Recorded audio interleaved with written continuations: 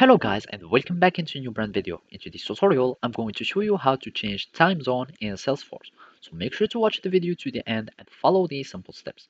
So first, you will need just to go to your personal settings and basically you click on your profile picture here, you click on it and here we will find these personal settings. And all we need to do is just to go to language and time zone, and as you can see, we can find the time zone here and you can choose from any time zone that you would like. Also, you can choose also the local language, like here in the home, you can change the currency or the language that will be shown. So it means the local one.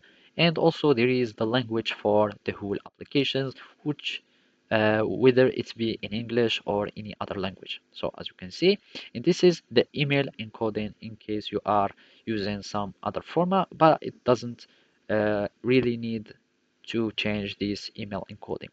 So basically, after choosing any time zone that you would like, all you will need to do is just to click on save, and you will have your time zone that will be changing. For example, in uh, your calendar, if it has the time, or any place where there is time showing, you will find that it is concerning or it is matching your own time zone.